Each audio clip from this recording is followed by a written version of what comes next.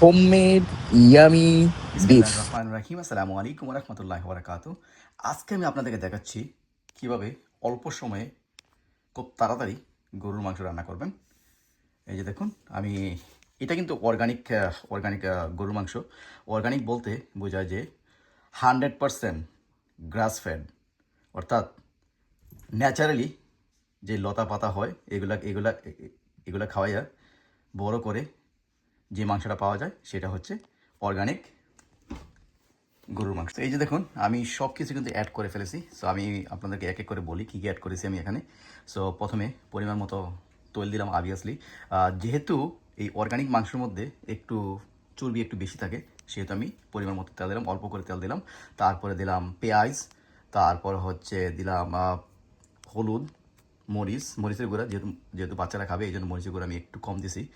তারপরে হচ্ছে এলাচ, গোলমরিচ, লং, তারপরে হচ্ছে তেজপাতা, পেঁয়াজটা যত বেশি। তারপরে আমি অ্যাড করে দিলাম এই যে আদা রসুন বাটা, এই যে এটা পেস্ট করা আগে থেকে, আদা এবং রসুন একসাথে। তারপরে আমি দিয়ে দিলাম রাঁধুনি বিফ মশলা, যেটা কিনতে পাওয়া যায়, আমরা দোকান থেকে কিনে নিয়ে আসছি। সো এখন ভালো করে মিক্স করতে হবে, এই যে, তো যাতে এগুলো ভালো সব মশলাপাতি একবারে সব জায়গায় ঢুকে ভালো করে মিক্স করতে হবে। এই যে দেখুন, ফাইনালি আমি অ্যাড করেছি 2টা কাঁচামরিচ, তারপরে ধনিয়ার গুঁড়া এবং জিরার গুঁড়া, তারপর ভালো করে মিক্স করলাম। এই মিক্স করার পরে এরকম কালার আসছে আমার। এখন আমি চুলা হাই স্পিডে চালিয়ে দেবো আর ভালো করে নাড়তে থাকবো। এইভাবেই আধা ঘন্টা পরেই আমার গরুর মাংস রান্না হয়ে যাবে।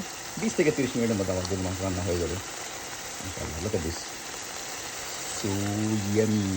এখন আমি পানি অ্যাড করে দিলাম পরিমাণ মতো। এটা ডিপেন্ড করবে আপনি কতটুকু জল রাখবেন।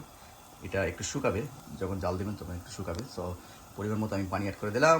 তারপরে ফাইনালি আমি অ্যাড করব আলু, যেটা আমার ছোটো মেয়ে অনেক পছন্দ করে, আলু ছাড়া ভাত খাইয়ে না। সো এই আলুগুলো আমি কেটে রাখছি।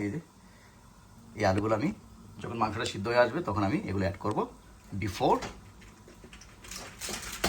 ডান কুকিং।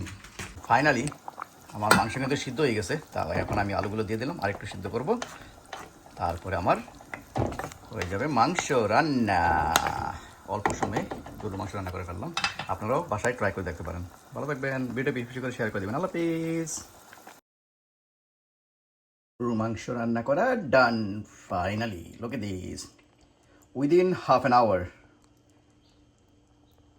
গরুর মাংস রান্না করা শেষ।